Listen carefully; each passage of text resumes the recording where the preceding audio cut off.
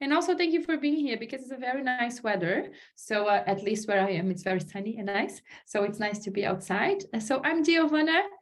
I'm expat buying manager. I am from Brazil. I have two children, a son and a daughter. I moved to the NL in 2000 to the Netherlands in 2009.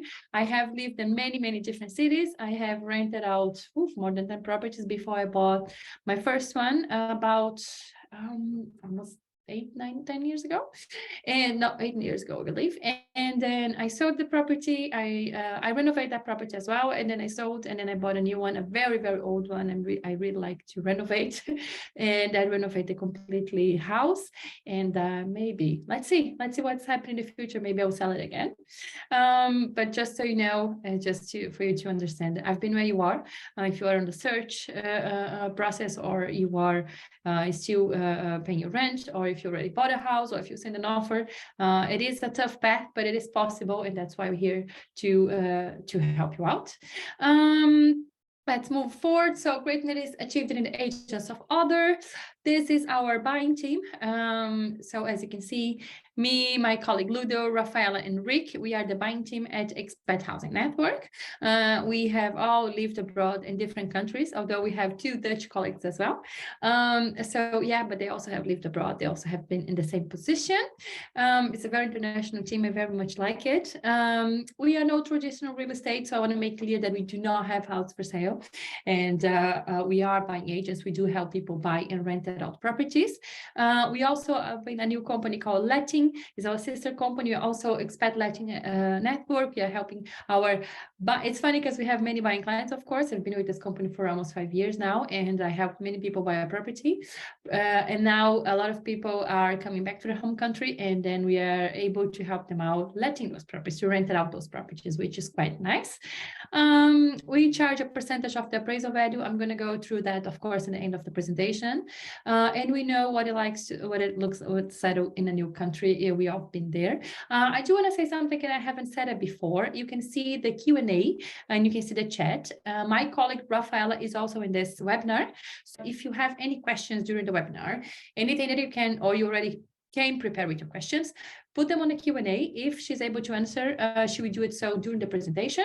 Otherwise, at the end of the presentation, we're going to go through, and then we're going to answer the rest of the questions. So feel free to ask them. We will try to answer all of them. But of course, after this presentation, if you remember something tomorrow or tonight, because it's going to be a lot of information, you're going to, as I told you, going to receive this, and at the end you are able to click on the photos, and you're going to have all our email addresses and everything, even phone numbers. So please feel free to send us an email if you have more questions, if you have any doubts, because yeah, that might come up during the presentation, or maybe after the presentation. So we don't mind to answer any questions. Feel free to do so, right? I forgot to say at the beginning. What is our added value? I should cut my hair though. It's much longer than in the pictures now. Selling agents take offers from EHN more seriously. It is very true. They do prefer to have a buying agent, an agent in the process. So that makes a difference, and depends where the city you are buying. We have specific people that live in those areas, so they can be more specific as for your case. We do know many of the selling agents as well, so it will be easier for us to communicate and for you to have access to the property. We can sometimes book viewings when it's no longer possible. Yeah, that's true. This week I can give you an example. Actually, I have a client which is a complete package. You will understand at the end of the presentation what that means. He called himself, actually, he's a smart package. He called the property to make an appointment, and that said it was completely full. So he asked me if I could help him out. So I called the agent, and the agent says it is full, but if you come, you can do the viewing by yourself with your client, which was very nice, actually. I got to meet my client for the first time in person, and he got the viewing that he wanted. So yeah, that's something that we can help with. We cannot promise, of course, every agent is different, but it's something that we can help you with. We support you by reviewing Dutch legal and property documents. So we all speak Dutch. So if you are in the process of learning the language, do not give up. If I learn it and my colleagues did, so most likely you do too. But yeah, the documents are I would say 80% in Dutch. We do have to revise them all and be able and make you understand all of them before you sign anything, of course. And also the documents of the properties, I will talk about a little bit further, that you understand them all, that you know what all the points are regarding those legal documents. We help define market value through market data. That's one of the most important things on the buying process. I will go very deeply on that one in a minute. But yeah, that's something we do for you. So you pay that you know what the market value of the property is, the correct one, and based on that, we can send you an offer. And we inform about rules and regulations. Also, something we're going to talk a little bit in the further in the presentation. Rules are changing, regulations have changed this year already, especially if you want to rent out your property in the future. That's something you have to consider, new regulations. But yeah, if during the way of our process together and working together, things change, we're gonna keep you updated that you don't suffer, don't have any problems regarding those things. And we make sure you don't make the same mistakes we have made, of course, because we all bought our houses and sold and bought it and renovated and many things, and also in different countries. So then yeah, and also rented out them as well. So that's something we can definitely rely and know what you're going through.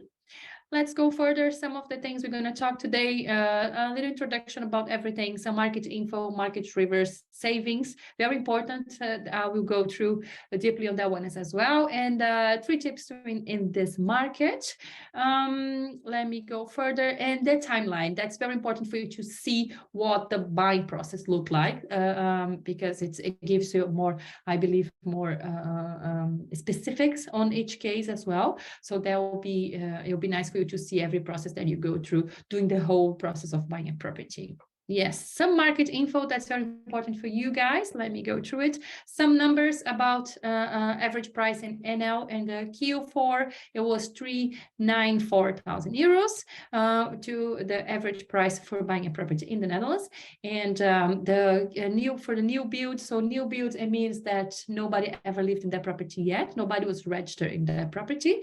So the Q1 average price was 468, which is quite high. But of course, since the gas price, and you probably were all affected as well with the utility prices, new builds, they do have an energy label A+++, which is the best one. And then, of course, a lot of people are looking for those buildings as well. And then you have more people, that's why the price also goes higher. And then for the Q1, the 394,000 euros. That's, as I said before, the average price in the Netherlands, which is, yeah, it's still a bit higher in my opinion, but we're going to see some very specific ones for the market in Rotterdam. Average price, it was 366,000 euros. Average price square meter, 3,541. A little bit less from last year and a little bit less from the last quarter. Not that much of a difference still. But yeah, then you can take a look at those numbers specifics for the Rotterdam area. But please look it up of your area specific, ask us about it, because that makes a difference as well. You can see about the sale time, it's about 50 days. So yeah, yeah, it's a huge difference now, right? Let's move further. So just some info for you. Some market drivers, what caused the price to increase? That's very important to you to know. So fiscal benefits, tax exemption, we're going to talk about this one. It's the 2% transfer taxes if you are younger than 35 years old, if you never bought a property in the Netherlands, if you are buying a property up to 440,000 euros, you do not have to pay transfer taxes. So transfer taxes used to be only for new build properties. If nobody ever registered in the property, it doesn't matter how old you are or how much is the property, you don't have to pay. You don't have to pay transfer taxes. Transfer taxes are 2% of the purchase price. That's what you have to pay when you buy a house in the Netherlands. If it's a house to buy to live. If it's a house buy to let, that means you're going to have to pay 10.5%, and there is no exception whatsoever. Doesn't matter how old you are, doesn't matter how much is the property, you do have to pay 10.5% to buy to let, to buy to rent it out the property. But if you buy to live yourself, buy to live property, then you do have to pay the 2% transfer taxes. But there is this tax exemption. Younger than 35, the house must be up to 404,000 euros, and then you do not have to pay 2% transfer taxes. You can only have that benefit once, but I can give you some examples. For example, if you are married with someone, let's say you are 31, and your partner or your friend who is buying the house with you, or it doesn't matter who it is, if you buy a house together with someone and the other person is, let's say, 36 years old, then you would still get 1% as a tax exemption. But the price does have to be up to 440. It doesn't matter. It's not only the age, but also the price. Just be aware of that. Interest rebate. You do have interest rebate in the Netherlands. You can choose how to receive them. It can be a monthly deductible, or it can be once a year. That's up to you. No capital gains, of course. Tax-free parent donation. This is something that if your parents, it's ending, it ended this year. So, actually, sorry, it will end next year. If your parents live abroad, you don't have to worry about this. If they want to donate some money, a relative want to donate some money for you to buy a property, it has to be to buy a property. If they want to donate some money, you do not have to pay any taxes if they live abroad. But if their income comes from the Netherlands, if they're registered in this country, this year you can only have 28,500 something, if I'm not mistaken, almost 29,000 euros. That is tax free, and from next year on, any donation will be you have to pay taxes if the parents live in the Netherlands. If they are abroad, it doesn't matter how much they donate, you don't have to pay taxes. So that's something that also caused the price to increase. Higher rents, of course, you all have been there, you know how expensive it is to live in this country, and it is the rental price is going to go up again on the 1st of July, just so you know. That's probably in your contract as well. And of course, a lack of supply. Well, we all know that there are not enough properties for everyone, and people are still coming. Expats, we are still coming. All of us still moving to the Netherlands. So yeah, the lack of supply and the government's not being able to build as much as they thought they would. They had a plan to build about 100,000 properties per year. It was actually less than that. It was like 8,000, and then they put it at 100. But the first year they didn't even build 40,000. So just so you know how bad things are regarding the lack of supply. And of course, there is also a lack of supplying properties, but we do have clients, for example, that bought new builds, new apartments or new houses that are still being built. They are supposed to deliver them. I believe we had a client like it's like in 2 or 3 months, and now it's going to take 9 months because they can't find enough materials to finish the project. So that's also been a problem. And of course, that will cause the price to increase because people have to live somewhere. They will do whatever they can and they have to do to have a property. That means people going crazy on the prices and the overbidding and everything. The current market interest rates, increase of interest rates, but it's still historically low. So I know there's a lot of buzz around this, how high the interest rates are right now. We had a webinar on Tuesday, was it? Oh, yesterday, yes, on Tuesday, yesterday, about this, and with the market advisor, and he actually commented on this. This is still a good time to buy because of that, because the rents are too high, and especially if you stay in the Netherlands for the next 3 to 5 years, even if the market goes a little bit down, it's always going to go up again, right? And the interest rates are around 4.5%, depends where the money with the lender you will use, and it's still quite low if you compare of around, I believe 10-12 years ago, it was about 7-8%. So just for you to have an idea. 8% more active listens, less overbidding. That's a very good thing. People are being more careful, although I have to be honest, for the past few weeks or even the last month, we have seen it that the overbidding took a turn, that some people are doing it again. So that's something that, but I will explain the overbidding later so you can understand what actually the overbidding is. But yeah, we see much less than it was a year ago. It was something impossible to deal with. The overbidding was extremely high and extremely responsible for so many people, from so many people. So we see that less now happening. It's still a lack of supply, as I said it before, to the high cost of materials. These are some of the new rules that took place this year, just so you know. self-occupancy obligation. So this is very important for you that it's in the webinar and are thinking about renting out the property. So properties with a WOZ value, the OZ value, I think they said it in Dutch, value up to 405 will include a permanent self-occupancy clause. Owners of such property will be only able to rent it under restricted restrictions. So what that means is, let me explain to you first of all what is a WOZ value. WOZ value is the value given by the municipality to the property. There's nothing to do with funda value. There's nothing to do with market value. It's just the municipality. The purpose is to charge you the taxes. So what they do, they go to your neighborhood, they take one zip code, one postcode, and they compare it all the price that those houses were sold about 2 years ago, a year. It's always very late. And that they do those, the WOZ is also, for example, the one that houses have now is the one that they did it in January 2022, for you to have an idea. So it's always a late year, 1 year, 1 year and a half before. So what happens is that they evaluate the house, they call WOZ value, to be able to charge taxes so that you can pay the municipality taxes. So if you buy a property that has a WOZ value lower than 405, it means that you are not allowed to rent it out the property since last year. I believe Rotterdam was also 1st of April last year. So you're not allowed. You need permission from the city hall to be able to buy. And you actually have to live in the property for the first 4 years. You are allowed to rent out a room, if I'm not mistaken, in Rotterdam. Please take a look at the website to confirm that. But you cannot just put the house out there and rent it out. In any case, you do need permission from the bank to be able to rent out the property as well.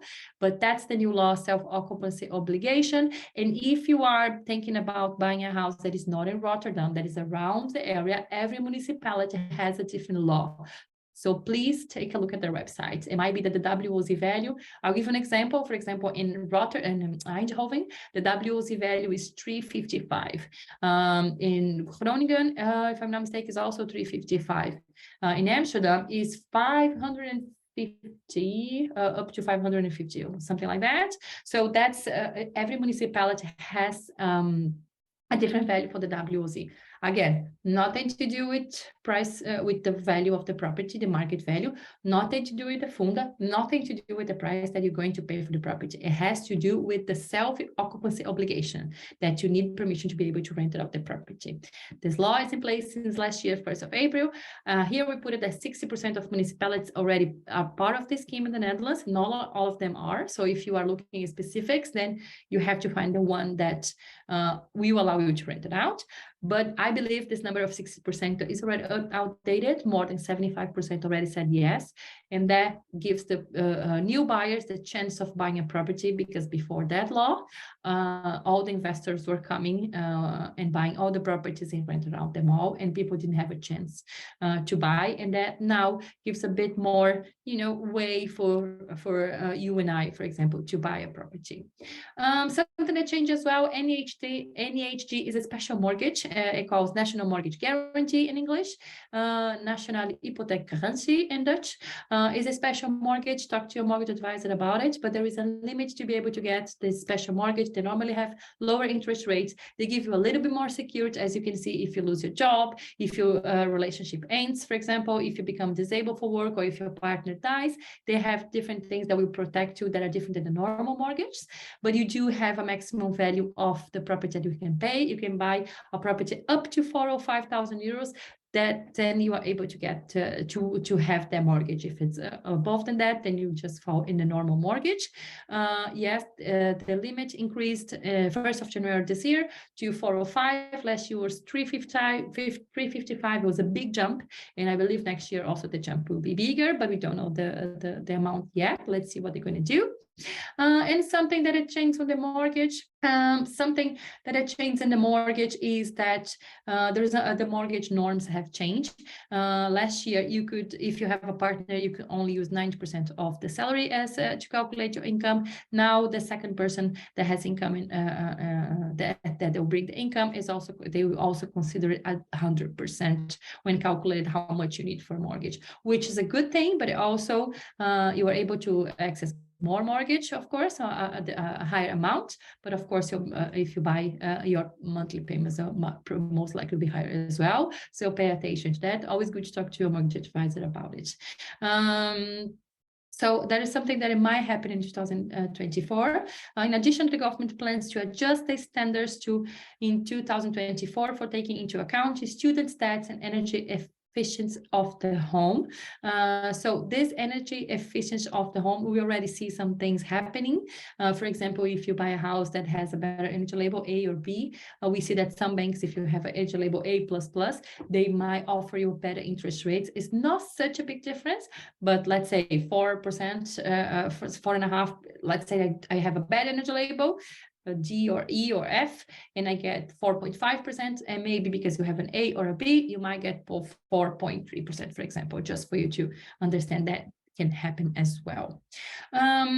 What would you need in savings before you start to search for a house and to start sending offers, for example? So this is one very, very important. Remember, you're going to receive this, so it's very nice for you to calculate. I really like this because it makes things very clear. So let me start to saying that what you need in cash, the banks you're only going to get a mortgage for the property, for the property itself, not for the process of buying a property. So let's make, I will go through each one of those, but let's make a big calculation, just a simple way for you to can calculate something. For example, you send an offer and is for 300,000 euros and it got accepted. So how much do you need in cash to be able to buy the property, to finance the property? So what do you need? 300 is the amount you're going to finance, right? So what do you need? You need to have, if you are younger than 35, then you need to have about 3%. If you are older than 35, then you need to have about 5% of the purchase price. So 5% of those 300. So that's how you can more or less calculate it, all the how much you need in cash. So every property you see on the internet, you can say already how much do I need it? You can calculate 5 to 3%. Why 5 to 3%? Because if your property is up to 440,000 euros, remember the rule of the transfer tax? And you are younger than 35, you don't pay those 2%, then you can calculate 3%. But if you're older than 35, or even if you are younger than 35, but you're buying a property of 500, you will have to pay those 2% because it's up to 440, remember? So then you calculate 5%, and that's how much you need to have in cash. So then you know, and if you go to a mortgage advisor and he tells you a budget is 250, to buy a property to 100,000 euros, then you calculate 3 to 5%, depends on your age and regarding the transfer tax, then you can calculate how much you need in money to be able to buy a house in the Netherlands. What is included in that? So on those 5% are included in the transfer tax, the mortgage deed and the transfer deeds, that's the notary. The notary, it's mandatory that you have a notary in the Netherlands. The cost for notary in Rotterdam, I had one this week. I think it was about 1,500 for them to do everything. You do need the bank or a mortgage advisor, a mortgage broker. Why it's mandatory? Well, you cannot do your mortgage by yourself, unfortunately. Even the bank will charge you, and I believe ABN charges around 1,800 to 2,000, and the mortgage broker most likely will be a little bit more. But, and that's the difference. That's why I said before I would talk about the mortgage broker, because there's a lot of people haven't talked to them yet. I would very much advise you to talk to the bank that you have your bank account. Remember, not just because you have your bank account there, they're not going to charge you. They will charge you anyway. Yeah, they are also mortgage brokers, right? So it's just a little bit cheaper. But the mortgage advisor, there are about 40,000 lenders, mortgage lenders in the Netherlands. If you go to ABN, Rabobank, or ING, you're only going to have access to them. The mortgage advisor, the mortgage broker, has access to those 40 people, those 40 companies, not people, those 40 companies. And then maybe ABN is not the correct bank for you, not just because your the interest rates, but because something, let me put it this way. When I bought my second property, I think it's easy when I use an example that actually happened.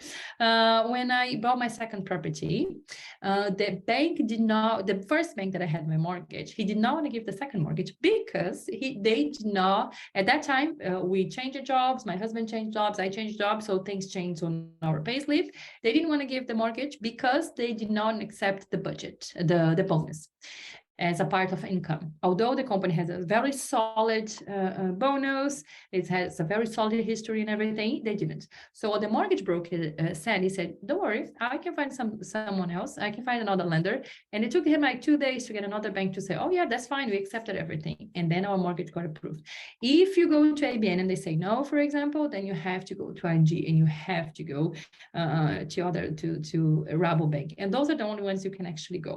So a mortgage broker will give you like a large, we'll work with all of them to see which is the best one to fit on your needs. So that's the bigger picture. And they are anyway tax-free. So what it means that next tax deductible, not tax-free, sorry, tax deductible, which means that next year you're going to be able to to get part of what you pay, if I'm not mistaken, it's about 41% of the value back on your next taxes. So that's why I advise you to talk to both the bank and a mortgage broker. And if you do not have anyone to talk to, a mortgage broker, for example, we have a large people that we know, especially in Rotterdam. We have very nice people that can help you out there. If you send us an email, we can send a list of 2 or 3 people. You can give them a call and have a nice talk. I always advise to call at least 3 of them and decide which one you're going to work with. But it's very important for you to know your budget, to know what is your money power, and because calculators on the internet, they are great, but they can't see your payslip. And the bank will see in a way, every bank will see different. Every bank will see your contract different. So that's why it's very important to talk to someone. Yeah. So about us, EHN, we do charge a percentage, but our percentage is from the market value, from the appraisal value. I will explain what that is later, with an example, so it makes it easy for you. You do need an appraisal. Appraisal is someone that is going to make evaluation report. He's one of the most important people in the whole process. The bank wanna have evaluation report, an official one, to be able to give the mortgage, the appraiser. He is the one who stipulates what is the market value, the exactly market value for the property. So that's why it's mandatory to have one. You can't run from it. Also tax deductible though. A technical inspector, that's something, if you buy, that's something that's not mandatory. It costs around $465 to have a report. It's up to you to have one or not. It depends on the condition of the house, of course.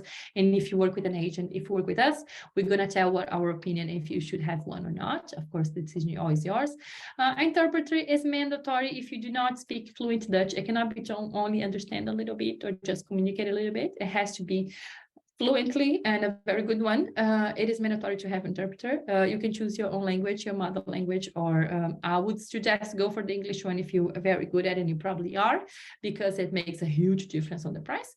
And the price you see here is for an English one. Bank guarantee, that's something you have to pay to the notary when you have an offer accepted. It's 10% of the purchase price. The bank guarantee is the money that will be used as to protect the seller, that the process will go on. It's only used if you pull out of the deal without any explanation. For example, you do need to have the correct clauses in your contract. If you have a financial clause, then you don't have to worry about it. But if, for example, if you don't have a financial clause and the bank denies your mortgage, then you do have to pay 10% as a penalty to the seller. You don't need to have this money, let's say, work with those 300 we were talking about it, so 30,000 euros. You don't need to have that in cash. You can borrow that from the bank. It's like a temporary loan. The moment you get your mortgage accepted, the bank will transfer those 10% to the notary, and the money will stay there until you get until you get your keys. Once you get your keys and you become the owner of the property, the notary will send the money back where it came from. So you can use the bank for that. And they normally charge around 250 euros to do that for you. And you do have to remember the mortgage I said at NEHG. You can also make use of NEHG. Remember, up to 4,000 or 5,000 euros as a purchase price. There is no limit of age. There is a limit of price only. But you do have to pay one-time fee, 0.6% of the mortgage amount. But yes, again, is tax deductible. So basically everything that's going to be used for your mortgage is tax deductible. So then in the next year, you're going to pay 5% for the process, but the next year you're going to get about I would say 1.52% back in taxes because it's tax deductible, which is good. Let's move forward. 3 tips to win in the current market. And this is the important one. This is a very important one. Remember, I told you about the appraiser, why it's mandatory. And I talked to you about the overbidding as well. And I talked to you about the funda value as well. So this is the part that I explained that. So again, you're going to receive this. It's going to be easy for you to look at it afterwards. So here is a example for you. This house, Oms Makelar, I see who is selling. We closed a deal with them on Monday. Asking price 395,000 euros for this property. And I have a bit of a code, I'm so sorry. And then here you can see the value, asking price. When I say asking price, it is the price that you see on Funda. So one thing I'm gonna say about Funda is this: it's a great website to find everything, what is there for sale. But if you are a real estate agent and you want to sell property, only real estate agents, first of all, only real estate agents can add properties on Funda. That's mandatory. That's how it works, right? And second of all, is that you can actually choose how much the property, what is the value that the property will be on Funda. So that's why we say asking price. And that's exactly why the bank wants to have an appraisal, evaluation report done by an appraisal, an official one. That's why they want to see that, because since Funda, it is reliable, of course, but they can choose the price that they want. And we see the difference depends on who is selling the property, depends on the region, depends on so many factors. They can put the asking price, for example, on this property that we saw. Let me come back. Let's say this one. They can choose literally. Let's say the market value. Oh, actually, we do have the market value here. Market value, 415. So you see that in this case, they put the market value, the asking price, Funda value, remember, Funda asking price, lower than what the market value is. The market value is much higher, it's 450. Based on an appraisal, right? An appraisal is the official one that makes the official report for the bank, mandatory if you need a mortgage in the Netherlands. And there are companies that will put the correct market value on Funda. That's not higher or less, but also there are companies that are putting the asking price higher than the market value. And that's where you have to be careful. And that's where an agent comes in handy. That's why having us helping you, for example, would come in handy.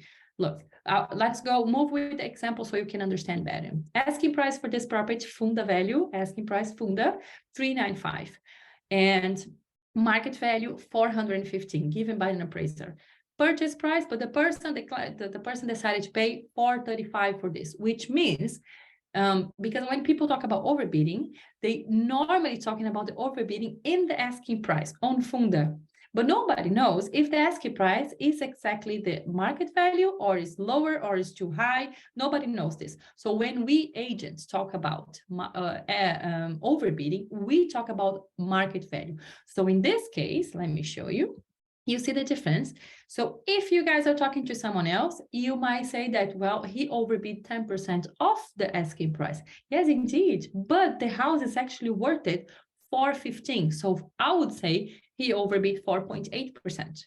So what is important here to see is that the bank will only give you a mortgage for what the appraiser puts in the report.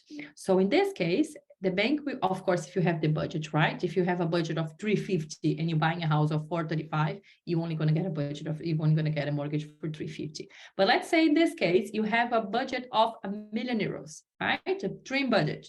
So then but then the appraisal says that the property is only worth at 415. What is going to happen? The bank will only going to give you 415 as a mortgage. It doesn't matter if you have $1 million budget. It doesn't matter if you pay 435. So, and then for the bank and for us, you overbid 4.8%. But for everyone else, you overbid 10% because asking price is the one that is on Funda, is the one that people have access to. So just for you to understand how the market value works and how important it is to have a price research done before you send your offer. Because that's why people don't get offer accepted, because they don't know that difference, and they also don't know how to do the price research, or they do not have an agent. So it's very hard to know who put it the right price and who put it higher or who put it low, or is actually the real value of the market, right? So that's another example, so you can see even better. So in this case, the house is lower, asking price, Funda price, remember 375, market value 415. And believe me, that happens a lot. In different cities, we see a gigantic difference between market value and Funda value, but not only like this, Funda value low and market value high, but also the other way around. Funda value is extremely high, and then when we do our price research, we see that the market value is much lower than the Funda price. And a lot of people ended up paying the Funda price. And then they think, for example, that they didn't overbid. But when you need a mortgage, you see that you overbid quite a lot. So here is another. So if you pay, so in this case, the overbid is about 16%, which is quite high. Different value, same market, different asking price, same market value, same purchase price. And it's still, again, the same 4.8% as overbid. The opposite also happens. Here's a very good, for this property, 450. Also a good example. You see, Funda 450, market value 425. What happens if you send an offer for 450? It means that when the appraisal comes and the offer gets accepted, when the appraisal comes and do the report and tells you, I'm sorry, but the house is only worth it 425. Remember your budget, €1 million. The bank is going to give you 425. He believes the appraiser, he believes the report, and that's what they need to know what the market value is. In this case, you believe that you didn't overbid, that you paid what the asking price was, 450, great deal, but it isn't. You did actually pay. If you purchase the price of for 450, you actually paid quite a lot for the property. So just for you to have an idea how this the value works. And here is another one.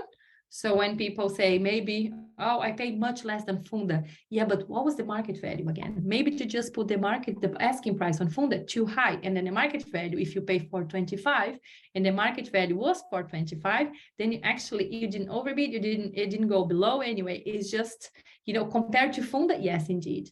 But if you compare when people say, oh, I bought for much less, be careful, because market value is something completely different. I think we all understand this. If you didn't, please let us know in the Q&A, and we're going to go and see and go a little bit deeper on that. But remember, the good thing is when you say, the first thing you have to know when you go to a property, it is do your price research. The price research is one of the most important things you can do if you want to send an offer. You need to know what's the real value of the property, because that's what the banks want to know. And that's what the bank is going to give you as a mortgage. Again, if you have the budget, of course. Not much than that. Doesn't matter how high is your budget. They will always trust what the appraiser said is an official report. You pay for it. So it is mandatory to have if you need if you need a mortgage is mandatory. Now, of course, if you have an agent, we're going to take care of that. We're going to do the price research and get to the point where we can tell what the market value is. And then based on that, we base the whole process of sending an offer. Yeah. What does a winning offer has? What do you need to put in your offer? Offer a good price, of course, based on what you talked about about the market value and everything. And again, a good price, it's not always the highest price. And why is that? Because remember the house that it was 450 on Funda and they offer 425. What even the other way around? What if you offer a house that is, let's say, 300,000 euros on Funda, and then you offer 350, you want this house more than anything, but you do need 100% mortgage, which means that value, the 350, needs to be in the appraisal report. But people who are selling properties, the agents that will put the house on Funda, they do more or less know what the value is from the appraiser. So they do that on purpose, putting it very low, getting too much people a lot of people, too much actually, in the viewings, and then the price go crazy, right? So they know that the house is only worth it, for example, 330, right? 300 was a Funda price. You offer 350, but they know that the house is only worth 330. So which means that if you offer 350 and you put it in your offer that you need 100% mortgage, they know you're not going to get it because they know that the value is 330. So even if you have the highest offer of 350, and let's say I come and offer 325, but I need 100% mortgage, which means that I'm going to get 100% mortgage because they know the mortgage, the house is only worth the 330. So you're not going to get your 100. So your mortgage is not going to be approved. So they will sell it to me because they know I can get that in the report. So you see, it's not always the highest price, unless, of course, you do need a full mortgage. Let's say you offer 350, but you only need them 300 as a mortgage. Then they don't mind. Then they will sell to you. But if you need 100%, then it makes a difference, a lot, the market value, not just for yourself, for your security, because if you do not have that money, you will have to pay the difference in cash, but also for the sellers, because they do know what is the real value of the property. Offer security to the seller in a way that talk to your mortgage advisor, be aware of your financial, that let everything ready when the time comes to send an offer, that things can go very fast. After you send an offer, we're going to see a little timeline, as I said before. You're going to see that you do not have much time after the offer gets accepted until you sign your contract. So be aware of that. Offer the least amount of hassle. What that means is do not send an offer with a zillion types of mandatory things that you need, because that's not going to happen. They still have the ability to choose who's going to buy the property. And based on that, if they don't want to go, if they are not crazy about the money that you're offering, they will go for the offer that is less hassle, less details, those kind of things, and offer a personal touch. I find that one very important. A lot of people have this attachment with property, emotional attachment, and they want to know who you are. If you talk to the mortgage advisor, how secure you are about getting your mortgage approved, it's very nice to let them know about this, because it makes, especially if they bought another house already, that they need to sell the one they live now to be able to pay that one. They really need to know what is going on and to make a decision who is going to buy the property. And that's why we always say it's not always the highest price. It's the one that gives more security to the seller, really. Let's move for due diligence. What we're going to meet, who is you're going to meet in the process. So the technical inspector and the appraiser, as I said before, appraiser is mandatory. Technical inspector is something that you can choose. Do you book them before, after, or your offer is accepted? Does anyone know about this? Can you put it in the chat? Do you know when you book them? Let me see. I can. After, well done. Thank you. Yes. After, when you have your offer accepted, let me click here. When you have your offer accepted, you have around 1.5 weeks before until you sign the purchase agreement. So the purchase agreement is the agreement between you and the seller. I'm really sorry. It's the agreement between you and the seller. And after your offer gets accepted, and I will give you a tip here, even if you choose in the future not work with us or any other agent, but especially with us, because I think we do provide a very good work, and we are very nice and working together with our clients. But do never sign your purchase agreement without having an appraisal being the property, to make sure that the value that you offer, that you need as a mortgage, is in the report. Because after you sign the purchase agreement, then you only have 3 days to get out of the deal without paying any penalty. And after those 3 days, you will have to go through with the deal. The only way you can pull out and not pay any penalty is if your mortgage is not accepted. But of course, it depends on your how did you write how you wrote in the offer your a financial clause, right? So you get your offer accepted, you booked an appraisal first, he's going to the house, make sure that the value that you need for the mortgage is in that valuation report, and you book the technical inspector. So the appraiser only comes to the house, take pictures and make his report. It's quite a big one, actually, to the official one to send to the bank. A technical inspector, we always advise people to have an inspection. First of all, you're going to receive a lot of documents when you go to the property. If you do not receive, ask them, because in those documents, you're going to see details of the property. For example, how old is the roof? When did they did the last maintenance on the CV? When did they install if they paint the windows, if it's wood, if they paint all the windows, if they have any leakage, if they fix the leakage. So those things will be in those documents. So based on that, you can decide if you do need a technical inspector to come in the house or not. If you think there is any red flags, please book a technical inspector, put it in an offer that you need one. If it's a house that is new, there's no need for it. Most likely you'll be still on a guarantee of around 10-15 years. But if it's a house that is older than 30 years, or if there's any red flags, or if they haven't done anything, or if you see that they had a leakage, it's very important that you have someone come in and take a look at the building.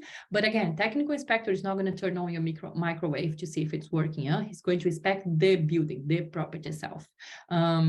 And make a report, and in that report he's going to put things, he will divide things from 0 to 1 year, 2 to 5, 5 to 10, yes.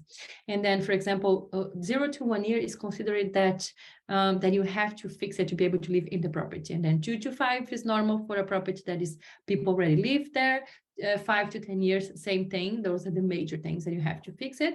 And there you can see the price and everything that you have to fix it, that you have to do in the property, and also his advice regarding the whole building. So it's very important that you decided if you're going to have that or not. So this is the time that you do it before you sign the purchase agreement. Also, before you sign the purchase agreement, you're going to have to find a notary. Remember I said about transfer and the mortgage deed and the transfer deed. So you need to have a notary, because the purchase agreement, after you sign the purchase agreement, everything will be sent to the notary, and the notary will start to work on those as well. After you sign the purchase agreement, as I said, you have 3 days. It has to be working days. So another tip for you, first tip, remember, never sign the purchase agreement without having an evaluator being in the house, the appraisal.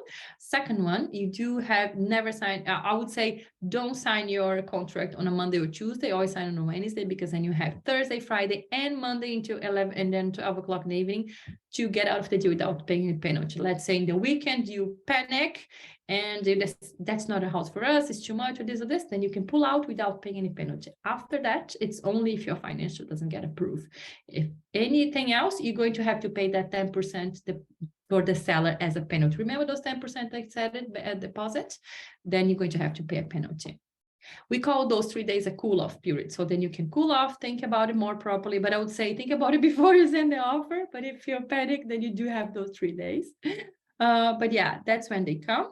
And here is the timeline. Then you can see what the actual process is. So first thing, a lot of people that are doing search already saw that.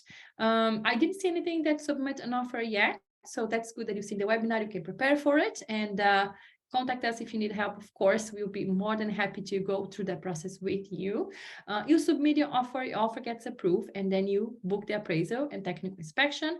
After that, you sign your purchase agreement, and then you start your mortgage application. The cool-off period ends after those 3 days, and then it takes about 4 to 6 weeks for your mortgage to get approved. I see a lot of people getting approved much earlier than that, but we do put in the offer 4 to 6 weeks. After your mortgage application is approved, everything is sent to the notary. And then one thing that I'm not sure if everybody knows this, but when you see a house in Funda and it says that the transfer date is, it says the house is available. It doesn't mean that the house is available for you to move in a month. It means that the house is available to be sold, for you to go and visit and see it. But when you get there, they might ask you, I saw a house on Monday in Almeida, and that house I saw a house with my clients. They do want to put an offer. We have sent an offer on Friday, but they can only get the keys of the house. You see key handover, transfer deed only in 1st of December, because the sellers are building a new house and they have to wait until the house is done. So be aware of that. It takes about, I would say, at least 2.5, 3 months for you to get the keys of the property. The whole process of approving the mortgage, sending the offer, sign everything, the mortgage, the notary needs to write the transfer deed and mortgage deed. And then after that, you go to the notary. So ask always when the transfer date is. So before the transfer date, let's say this house we've been talking around 300,000, the transfer date is going to be 1st of August. So before 1st of August, about 15 days before, you see here a statement of completion, final note. Remember those costs that I told you, 3 to 5%? That's when you pay them, most of them, because the appraisal and the technical inspection most likely going to have to pay after they've been in the house and they've done their job, that is making those reports. But the rest of those things, that's when you pay it. So if you are moving in on the 1st of August, I mean taking the keys to the notary and become the official owner, signing the transfer deed and the mortgage deed on the 1st of August, let's say mid of July, they're going to send you that invoice, and then you pay those 3 or to 5%, depends on your age and price. You transfer that money to the notary, and the notary will pay everybody else. So this is what the statement of completion means. So for example, in my client's case, that they only can move in 1st of December, they're going to receive that invoice only until the 15th of December. So they have more time to save money if they want to. But of course, they're paying rent as well. So not really ideal. But they are willing to wait. They're not in a rush. So that's fine. And then after that, you get the keys of the house. Well, before you go to get the keys of the house, you go into the house and do a last inspection of the house together with your agent, with us, for example, and also the selling part to make sure that the house is in the same condition as it was before. It has to be, actually. And then you have about 2 months, I would say even less than that. Pay attention to the liability term because it's a very gray zone. There are very nice sellers and sellers. So it's something that you have to pay attention. Only major things are the responsibility of the seller, of course, but your dishwasher not work after 2 weeks or two, that's not something that the seller can be that you cannot blame the seller for. But this is a nice timeline. You can see the whole process and more or less how it works. And of course, everyone here that has their own terms and own time. It depends what you're looking for, depends your budget, depends a lot of things, but everyone is going to go through this process for sure. These are the 2 packages, actually 3, that we work in our company. We have the Smart package and Complete package, and I'm not going to go to the packages. If you do like more details, please contact us. I'm going to explain to you about the percentage that we charge. Remember about those houses we saw that the asking price was 395, market value was 415, I believe it was it. Yeah, 415. And then the price that the house, no, sorry, 395, yeah, 415, but the price that was paid was 450. So we charge based on appraisal value, on market value, because we do believe that that's what is fair, not the overbid, above the market value. So we charge 0.75% of the market value at the Complete package, the Smart package, and 1% from the appraisal market value for the Complete package. We do have a special package for new build. If you're interested in a property that is still, you have to subscribe and those kind of things and wait for 2 or 3 years and to get ready. We also go through this process with you as well. So those are the 3 packages we have. And if you'd like, you can book an intake, and we're going to go through all of the process and to a specific situation, of course. And then we can discuss about the package and see what fits you better and what can we do to help you. You're going to, as I said, you're going to receive this presentation, so you can always click and you can see the links where you can book the intakes. They're free, and you can discuss specifically that you like. Q&A. So I'm going to call for my colleague, Rafaela. Are you there? She's there. I am here. Thank you, Diovana, for the presentation. It was really informative. That's a lot of information that can be used. We do have one question here. What's your forecast for the market? Is this a good time to buy? This person is planning to buy a property next year, and they're thinking if it's worth to wait or they should buy it now. Well, I wish I had like a crystal ball that I can say, wait or don't wait or this or that, but we don't know what is going to happen. I can't tell you this. It all depends on how much you pay in rent, for example. If it's too high, I would say buy it because it's still 4 to 5%. It's not that high compared to many countries. And one important thing, if you are planning to stay in the Netherlands for the next 3 to 5 years, I would say even at least 4 or 5 years, it's always better to buy than pay rent for all this time. We don't believe that the market is going to crash, but yeah, prices are going down a little bit and then they go up again. It all depends on how the media put it out there. Some days they put it that the market is crashing, and then the next day they put it that the overbidding is starting again. So we don't know what is going to happen, but I do believe that paying rent for so long, it can never be a good thing. And still, you have to remember, it is the Netherlands. There are no houses for everyone. So there's no way this market can crash that hard that will not be, that you're never going to make a profit for it. For example, if you stay here for the next 5 years, even if it goes down, it goes up again, right? And the profit that you make when you sell a house in the Netherlands, you don't pay taxes. You can literally take the whole profit with you to your home country or do whatever you want. So I do believe it's still a good, it's still a good market to buy it. And then as we can see that the overbidding is not that crazy anymore, you do have more chances to pay a fair price for it. Thank you. There is another question here. Do you pay the 3 to 5% after you make an offer. Do you pay? Sorry. Oh, you pay that. Remember, I said that you pay around 15 days before you go to the notary when you get the keys. For example, if your transfer date is on the 1st of August, around the 15th of July, you're going to receive an invoice with those 3 to 5%. That's when you pay. Basically, it has to be paid around 48 hours before you get the keys of the house, and that's going to be in the transfer date. So that's when you pay. It's not when your offer gets accepted. No, it's only when you're going to get the keys of the house. Okay, thank you. There is another question from Malet. If your living condition changes and you have to move to a different country, then is rental an option? What's the law regarding that? So the law regarding that, well, again, if you buy depends where you buy. If you buy a house in the Rotterdam area, for example, with the WC value up to 405? I don't remember anymore, but 405, I believe. Then you're not allowed to rent it whatsoever. You have to live in the property. So, and also to be able to rent a property, you do need permission from the bank. Most likely, if you tell the bank that you're moving back to your home country or any other country, the bank will make you sell the property. And in any case, the city hall won't let you rent because it's under the WZ value. If it's above that, you still need to have permission from the bank. And that's something you have to really discuss with your mortgage advisor, because there are different types of mortgages, and it might be that the bank that if you want to buy to let, then the bank will change. You have to change your mortgage to buy to let, with interest rates are different, transfer tax is different, everything is different. So it really depends. Every situation is different. So it's very hard to answer that, but based on the WZ value, if it's lower than 400, you won't be able to rent it out because the city hall won't let you for the first 4 years anyway. You do need a permission from the bank anyway to be able to rent it out, and most of the banks do not give the permission. That's something you have to think about it as well. Thank you.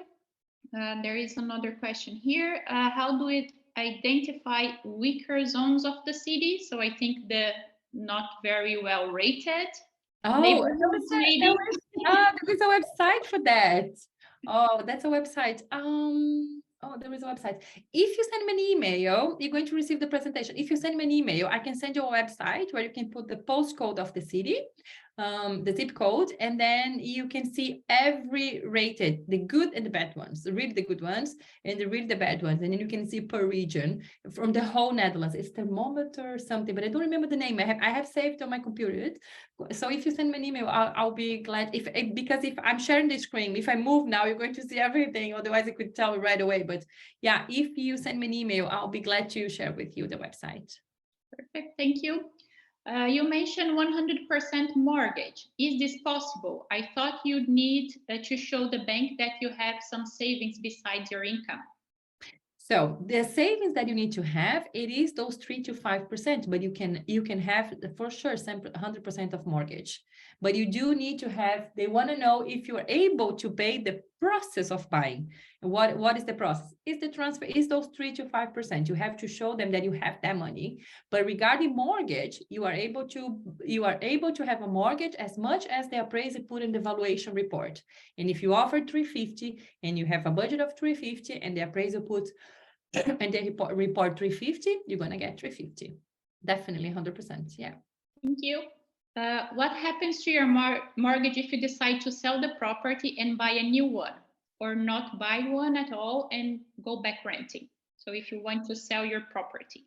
What happened with your mortgage? Well, if you made a profit, the mortgage will be paid back and the profit is going to go to your bank account, and you can do whatever you want. It's tax-free. You don't have to say anything to anyone, but you can also sell the property and use the profit to buy a bigger house, for example, and do some renovations at the new house, for example, and get a new mortgage. It's really up to you, actually. If you sell the property and there is profit, the money is yours. You can do whatever you like. You pay the bank what you have to pay, and then the rest, it's profit, really. And there's no tax over that. Great, thank you. Another question from Mallet. How easy is to get appraisal for housing? What's the process to get that? So it's there's no process to get an appraisal. It's mandatory. So if you need a mortgage, it's mandatory to have an appraisal. If you have an agent, for example, if you have us, we're gonna call people, we're gonna call the appraiser and make the appointment. He's going to be at the house at a certain time. That's it. That's how it is. But yeah, I'm sorry, that's it. It's not an easy or difficult process. Appraisal is mandatory. You just call evaluator and appraisal, and they're gonna tell when they can be at the house. That's it. What does it mean, profit over mortgage? Profit over mortgage. So I believe it is regarding if they buy and then they get profit. So that was when he got confused. So let's say, let me give you an example. If someone bought a property in 2018 for 320,005 euros, yeah, 320,005 euros. If they sold the house in 2015, 325, and they sold the property in 2018 for 499. True case. So that difference, it's your money. You pay the bank the 325, which is not 325 anymore because you already paid 3 years of mortgage. Let's say you pay the bank 315, I don't know, 300. But if you sold the house for 499, those 200 is yours. It's going to be in your bank account. It's your money. That's it, profit. There's no taxes over the profit you make if you sell a property. Simple as it is. I think that's what they meant, I hope. Yeah, that was very clear. Thank you. Are you a mortgage advisor? If yes, how much do you charge? I'm not a mortgage advisor. No, I'm a buying agent. I will help you gladly to buy your property, but I'm not a mortgage advisor. But if you need someone, again, you can send me an email. You're going to receive my email you can see at the end of the presentation, you're going to receive. I can send you a list of people. You tell me the region you're looking for, and I can send you a list of people you can call that I've been working together. People that I work for my 2 houses as well. Yeah, I can give you their contacts and you can contact them to see about the mortgage, but I'm not, no. Thank you, Diovana. There is another question here. For the package your company offers, is it a one-time offer? That is, if the offer is not accepted, do I need to pay again for another offer, for another property? No, very good question. No, you can send up to 10 offers. So that's quite a lot. I hope we don't get to that number. I hope with the first or the second we get the house for you. But you can send up to 10 offers. Yes. Thank you. Let me see the questions from the chat. Just one moment. So we cannot rent it, but it's adding on Airbnb for vacation temporary time is also not allowed? Depends on your mortgage. Probably not. You do need permission from the bank, and will come on your transfer deed, on your mortgage deed, sorry, that the bank will not allow that. It really depends. Every mortgage is different. And also depends, for example, if you buy an apartment, there might be that the owner associations will not allow anyone to put the apartments on Airbnb or even rent it out normally. So it really depends on the property and depends on kind of a mortgage that you have. But the baseline, let's say 70% of them will not allow it. You do need a permission from the bank.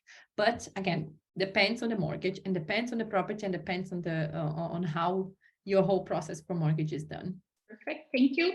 I see another one here. Is there any law regarding when you can sell a house you bought? Do you have to pay a certain amount before you sell it? So it again depends on your mortgage, but yes, I have seen contracts, not anymore though. It's been a long time since I seen those, a very long time actually, years, 10 years ago, that I saw contracts that it would say that you're not allowed to sell the house at the first year that you bought the property. But with this market prices going up and so expensive, I haven't seen those contracts anymore that you can sell it. And even if, let's say you bought a house in January and you wanna, and after 6 months, up to 6 months, you decided to go back to your home country. If you pay transfer taxes and you sell the house up to 6 months, you get the transfer taxes back from the government. After the 6 months, you don't get it, of course, but no, so far, it really depends on how they're going to make your mortgage. But so far, we haven't seen any contracts that forbid you to sell the first year, for example. You can just sell it. What can happen is that, let's say the market crashes completely and you pay 350, and then when you sell it, you can only sell it for 330. And of course, you're going to have to pay the difference to the bank, right?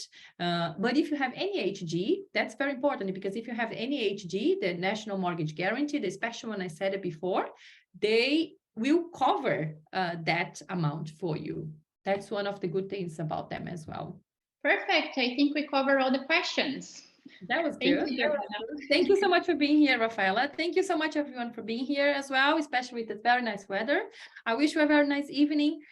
Feel free to contact us if you have more questions during, I don't know, if you remember something. For the people that I couldn't answer, that I need to send the websites or mortgage advisors, just drop me an email. I'll be glad to do that. And yes, thank you so much. I hope we get to talk to you in the future. Yes, thank you. Thank you, Rafaela. Bye-bye. Have a nice evening. Thank you. Bye.